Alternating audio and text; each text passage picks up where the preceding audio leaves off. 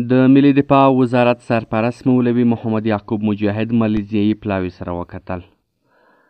نن ورځ د ملیزیایي هیواد ځانګړی استازي او د بهرنیو چارو، کورنیو چارو او دفاع وزارتونو استازو د یو سفر په ترڅ کې کابل ته سفر وکړ او دلته یې د ملي دفاع له سرپرست وزیر مولوي محمد یعقوب مجاهد سره په خپل کاري دفتر کې وکتل او خبرې وکړې. په دې کتنه کې د ملي دفاع وزارت سرپرست راغلي پلاوي ته ښه راغلاست ووایه او په ملیزیایي هیواد کې له افغان مهاجرینو سره د ملیزیایي خلکو او دولت د ښه چلن او له افغانستان سره د دغه هیواد د اوږدمهاله اړیکو یادونه وکړه او ویې ویل مالیزیا یو پیاوړی او لوی اسلامي هیواد دی، هیله مند دی چې دغه راتګ او راتګ یې لا پیاوړی شي. په دې جریان کې د ملي دفاع سرپرست وزیر مولوي محمد یعقوب مجاهد ملمنو د اشغالګرو په وړاندې د افغانانو د سرښندنې،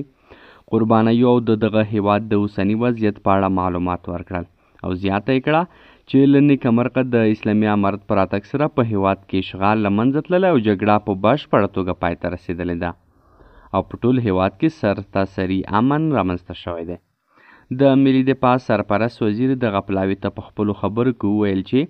په افغانستان کې د داعش په شمول هیڅ یوه ډله په فزیکي ډول وجود نه لري او اسلامي امارت به هیچا ته اجازه ورنه کړي چې د افغانستان له خاورې څخه ګاونډیو او سیمو هیوادونو ته ګواښ او تهدید رامنځته کړي.